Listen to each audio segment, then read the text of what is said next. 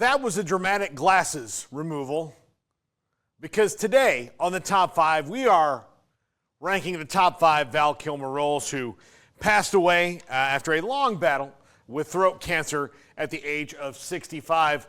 Look, he had a lot of movies. This is a dude who went to Juilliard. Juilliard, classically trained actor. And I know if you've seen At First Sight or Batman Forever, you're not going to think so. And as just a little nugget to this, don't ever watch The Island of Dr. Moreau.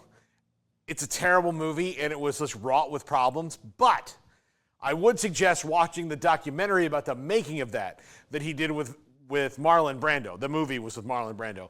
It's just crazy, crazy stuff that went on in the making of that movie. Then watch the movie until you can't stand it anymore. But he was an absolutely fantastic actor who had many memorable roles. But I'm going to go through the top 5, and I'm sorry, Garrett, The Doors did not make the cut. Boo. Yeah, Garrett's upset. It's in the upper echelon. He was fantastic in The Doors. But number 5, Kiss Kiss Bang Bang. This movie with Robert Downey Jr., written by Shane Black, who did Predator and Iron Man and Iron Man 2 and The Nice Guys, is an absolutely hilarious detective comedy, kind of a whodunit thing. Val Kilmer plays a character in the movie named Gay Perry, and this is one of the many solid gold lines he delivers. Harry, Robert Downey Jr.'s character, says, "Do you think I'm stupid?" And here he says, "I don't think you'd know how to feed yourself if you didn't flap your mouth so much. Yes, I think you're stupid." He has as many good lines in this as he does in Tombstone. I'm not kidding. He is so funny in this. He's so perfect for the role. And if you've not seen Kiss Kiss Bang Bang, look, it's Robert Downey Jr. and Val Kilmer and a bunch of other great actors. I highly, highly recommend this movie, and one of Val Kilmer's very, very best. Number 4, Heat.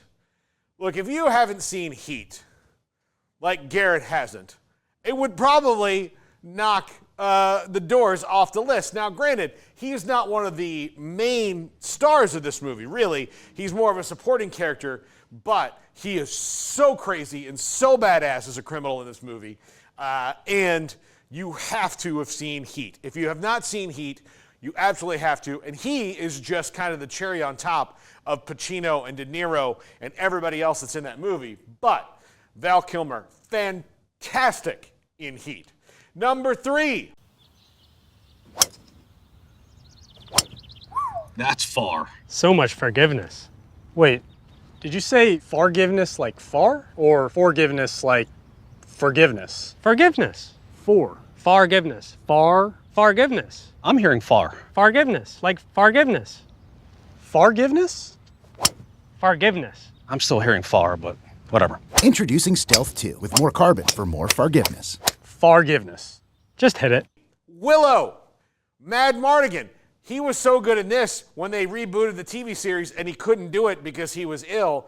Really, really, really affected the whole thing. They had to do a whole plot line where it was his kids and, anyhow, wasn't good, but he was really fun in this movie, which without his signature style, I mean, you could see it when they did the series. He wasn't in it. It was missing something. It was missing Val. It was absolutely missing Val Kilmer.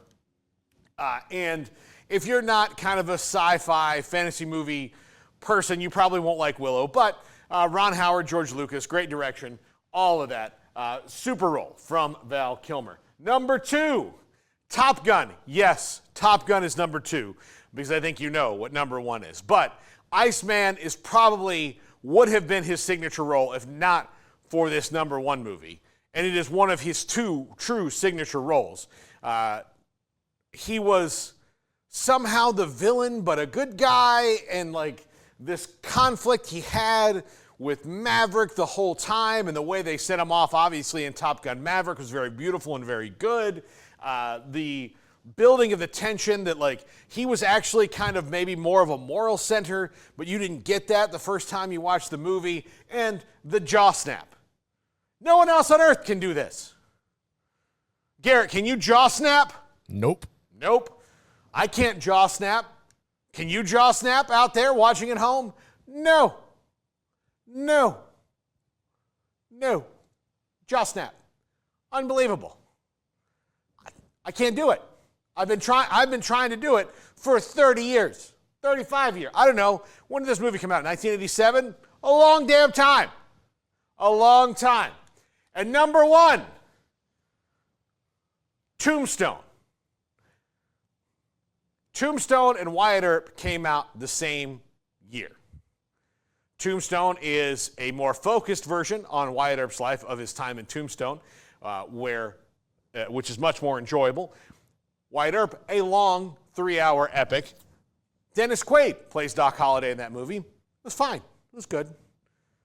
This is Doc Holliday. This is the reason they're going to have trouble making anything about Doc Holliday from now until the end of time, because he was so good. From the first moment he's on screen to the very last, he's funny, he's sharp, he's poignant, he has quotable line after quotable line. Say when, I'm your huckleberry, you're a daisy if you do. You know, I have 2 guns, 1 for each of you. Amazing. I mean, he elevated this movie, which was actually wrought with problems itself. They fired the director in the middle, and Kurt Russell had to pretty much do the whole thing, the rest of the thing, on his own, running the movie. It was a little fractured and nuts, but they made it work. They absolutely made it work. My favorite scene in Tombstone is the first one when Wyatt and Doc encounter each other. Billy Bob Thornton is in there, and it is just, I mean, it just kind of encapsulates the character right off the bat and the friendship he has with Wyatt. Just such a great movie, and rest in peace to Val Kilmer. Thanks for the memories, and that is going to do it for the top 5.